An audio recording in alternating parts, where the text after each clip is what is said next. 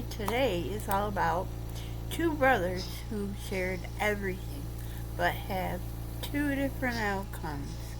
A real true crime.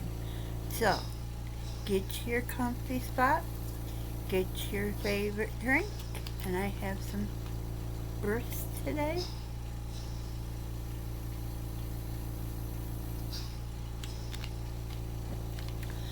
And let's get going. The two grew up sharing everything. For one, a small bedroom in Merced, California. Two, a pair of bunk beds.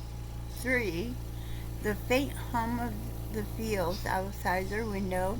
And three, the smell of their mother's cornbread on Sundays. They had the same parents, the same prayers, and the same small, quiet town that screamed safety. On December 4th, 1992, that safety was shattered. On that night, their two lives were split in two.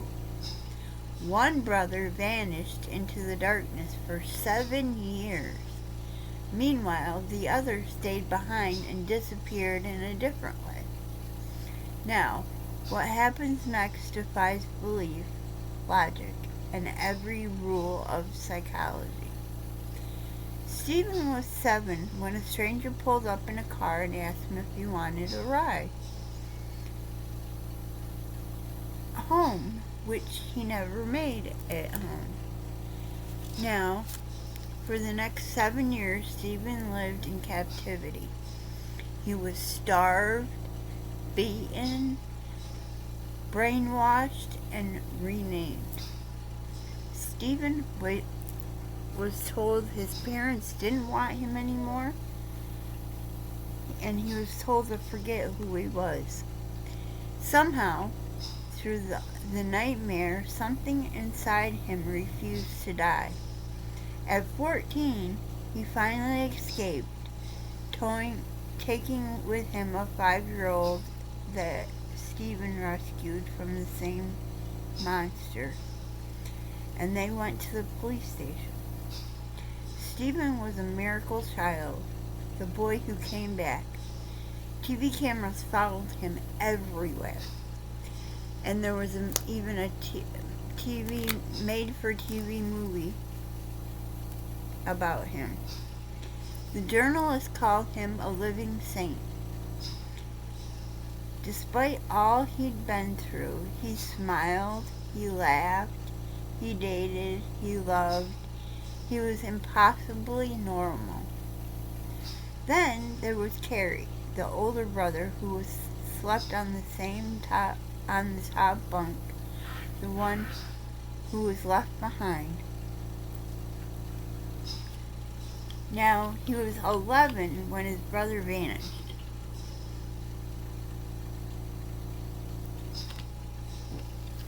He was supposed to be lucky, but it seems luck can rot a soul from the inside.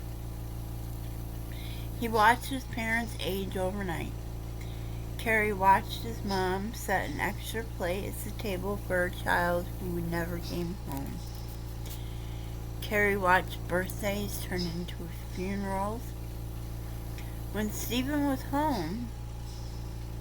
came home alive, Carrie became invisible. Carrie was quiet, withdrawn. His classmates all said there was something off about him.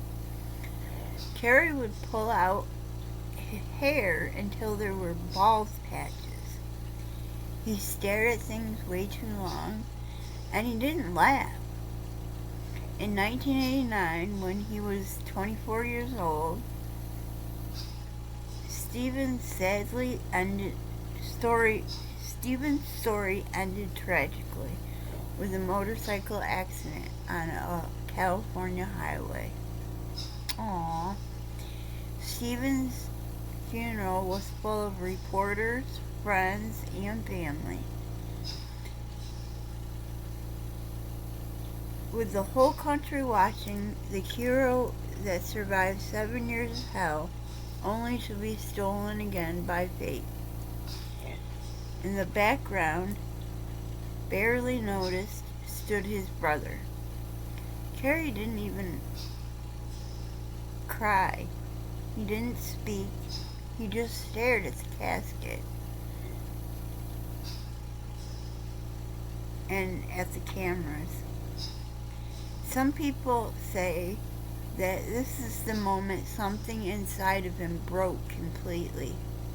Others said it had been cracking for years. Now, after Stephen's death, Carrie drifted. He worked odd jobs, mowed lawns, cleaned motel rooms. His friends said he found peace in nature. Carrie started working at Yosemite at a rustic lodge near the forest edge. The tourists saw a polite man, quiet, helpful, and always in the background.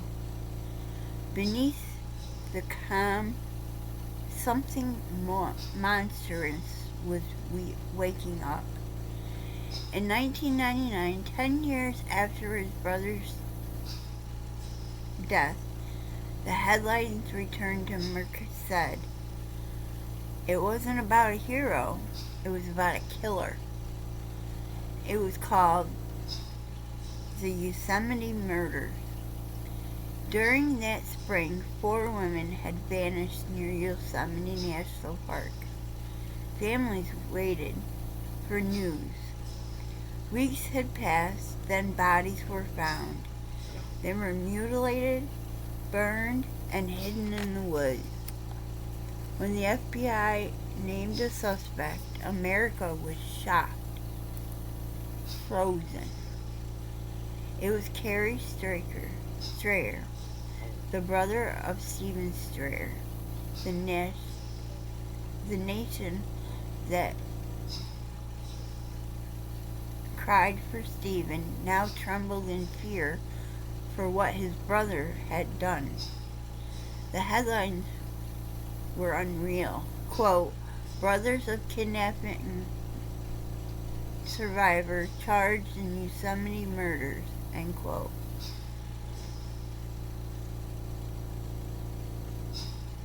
How could 2 boys born under the same roof take such violently different paths? One of them suffered 7 years of unspeakable abuse and came out kind, brave, and human, and the other, who never left home, became something so evil. Was Carrie born evil, or was he broken by the weight of being in his brother's shadow? Carrie told an investigator, quote, I've been thinking about killing since I was 7 years old, end quote. Yeah, 7 years old. 7, the same age Stephen was when he was kidnapped. Did the trauma and loss twist his mind? Did jealousy, neglect, or was the darkness always there waiting? Today, Stephen is remembered as a hero, a symbol of survival, a child who refused to stay lost. Carrie, who is sitting on death row in a California prison. So, what'd you think? I think he was born to kill. I think it was always there, festering deep inside of him. Next up is the mysterious case of, I'm going to butcher her name, Hedriga Golak? I know, juicy. So, if you like hanging out with me, please hit that like and subscribe button, and don't forget that bell so you don't miss an episode. Thank you for hanging out with me. I love and appreciate all of you. Have a good week. Keep it rocking, and I'll see you on the next Amy's View.